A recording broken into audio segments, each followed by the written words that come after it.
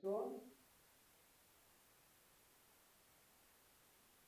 Olá, começa agora o programa Combate à Desinformação nos Campos Gerais. Sou Victoria Fonseca e o tema da conversa de hoje são os casos de desinformação em Ponta Grossa e nos Campos Gerais. Para a próxima, convidamos a jornalista Marielle Martins.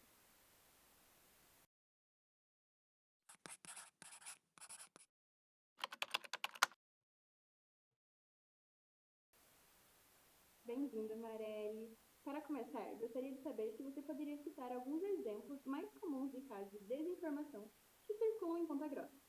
Boa tarde. Primeiramente, parabéns, viu, pelo programa que vocês estão desenvolvendo. Acho que é muito importante discutir esse tema. Oi? Falou boa tarde. É. TV, como é internet, fala boa tarde, fala olá. Olá. Olá. Tá. Entendi. Tem esses detalhes. Então, vamos de novo. É que você não sabe, é que vai ficar circulando ali, né? Entendi. Desculpa. Tem o bem-vindo amarelo, tá? Pode ir. Tá. Bem-vinda, Marielle. Para começar, gostaria de saber se você poderia citar alguns exemplos mais comuns de casos de desinformação que circulam em Ponta Grossa. Olá. Primeiramente, parabéns pelo programa que vocês estão desenvolvendo, né? Acho que é muito importante essa discussão sobre a questão das informações erradas que circulam. Sobre os exemplos que você citou, que você perguntou, eu acho que Ponta Grossa não é muito diferente de outras cidades. A gente tem um problema sério com grupos de WhatsApp, né?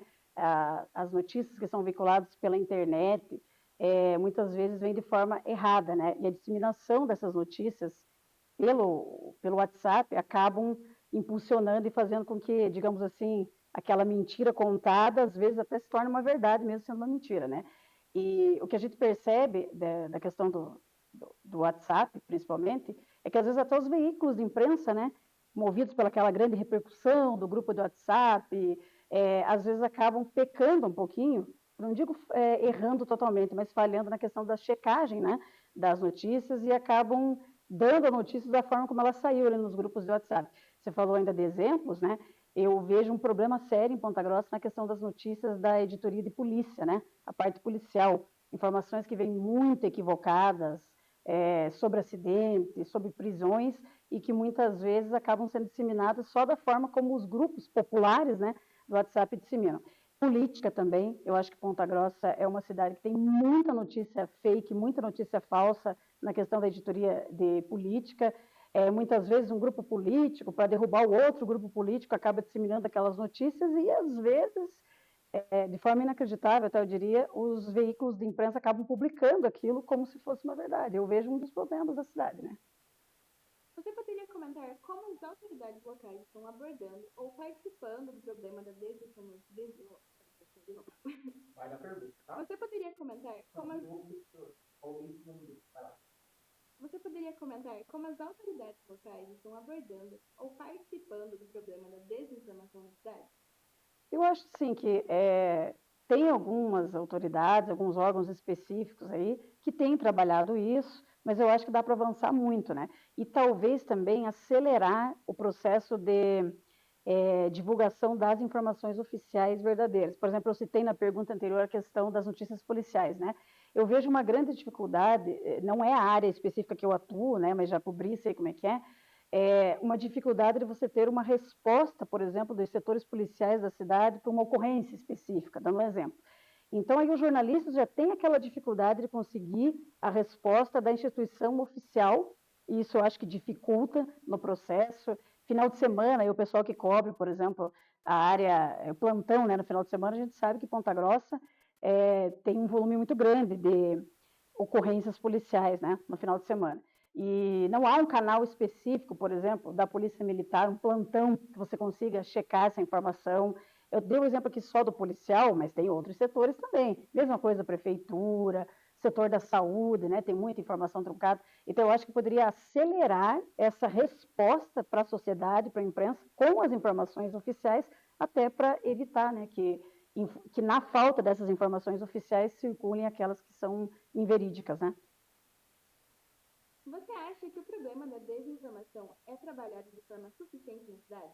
É possível chamar a atenção da sociedade para esse problema? Eu acho que isso que vocês estão fazendo aqui, com esse programa de combate à desinformação, já é um bom começo aí, né, para discutir o assunto. Eu acho que programas como esse precisam ser estimulados, explorados e também deveria ter mais espaço nas próprias mídias, né, tradicionais. Respondendo especificamente a pergunta, eu acho que não, eu acho que ainda precisa trabalhar mais essa questão da desinformação, fazer mais campanhas institucionais, alertar também para a questão de punições jurídicas para fake news, né? Porque a gente sabe que não é bem assim. O mundo da internet, por exemplo, as pessoas se escondem atrás ali do computador, atrás do Nokia, atrás do celular e acham que podem postar o que querem, escrever o que querem e ficar por isso. Talvez fazer uma campanha nesse sentido também de alertar que é crime divulgar notícias falsas, que é crime também repercutir, às vezes a pessoa compartilha e nem se dá conta que ela também está cometendo um crime, porque a gente está falando de um crime aqui, a própria fake news em si é um crime, né? Existe aquela pessoa que divulga informação equivocada por ignorância? Existe, mas existe aqueles que têm o conhecimento e agem de má fé. Então, eu acho que poderia pegar como exemplo essa campanha que vocês fazem aqui na UEPG e estender também para os veículos de imprensa, acho que as rádios, TV, de um modo geral, deveriam abrir espaço para essa discussão, né? Promover debates, né? Por aí. Para finalizar, qual é o papel da mídia local e, de modo particular, dos jornalistas na luta contra a desinformação em Ponta Grossa? Eu acho que é um dos papéis mais fundamentais aí, né? Vocês aqui fazem o curso de jornalismo, sabem disso, o pessoal da área de jornalismo sabe que eu acho que uma das principais funções aí do jornalista é checar a informação, né? Então, eu acho que o papel do jornalista, da imprensa, em si, é justamente quebrar essa rotina aí que a gente nota aí no dia a dia da questão das fake news, das notícias falsas. Então, por exemplo, é papel do jornalista, se ele vê lá uma notícia, por mais bombástica que ela seja, checar, ver se é verdade, se é uma notícia sobre a prefeitura, entrar em contato com a prefeitura, é uma notícia sobre o governo do estado, entrar em contato com o governo, mas o governo não respondeu, você tentou checar, agora, porque o governo não respondeu, eu vou dizer que aquilo ali é verdade. E a gente nota no campo da internet, e tem muita gente que reproduz, né? Então, por exemplo, não é porque saiu no site X ou no jornal tal que aquilo é verdadeiro, e às vezes não se dão nem o trabalho de verificar se de fato aquilo que foi publicado confere, né?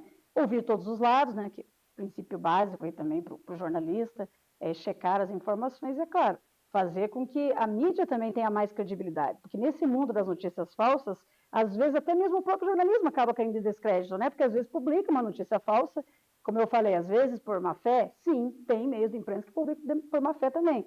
Tem os que erraram, tem, lógico, mas é isso, você tem como consertar, né? Então, eu acho que o papel da imprensa, eu diria que é o principal nesse campo aí do combate à desinformação. Marely, muito obrigada pela entrevista. Eu que agradeço. E termina aqui o programa Combate à Desinformação nos Campos Gerais. Até a próxima.